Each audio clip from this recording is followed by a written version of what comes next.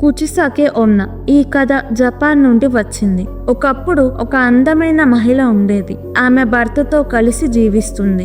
ఆమె అందాన్ని చూసి అందరూ ఆశ్చర్యపోయేవాళ్ళు. కానీ ఒకరోజు ఆమె భర్తకు తన మీద అనుమానం వస్తుంది. కోపంతో తన ముఖాన్ని నోటి నుంచి చెవుల వరకు కోసేస్తాడు. ఆమె చనిపోయి ఆమె ఆత్మ ప్రతీకారం తీర్చుకోవడం మొదలు పెడుతుంది. ఆమె ఇప్పుడు రాత్రిపూట రోడ్లపై కనిపిస్తూ ఉంటుంది. ఆమె దగ్గరికి వచ్చే వారికి నేను అందంగా ఉన్నానా అని అడుగుతుంది.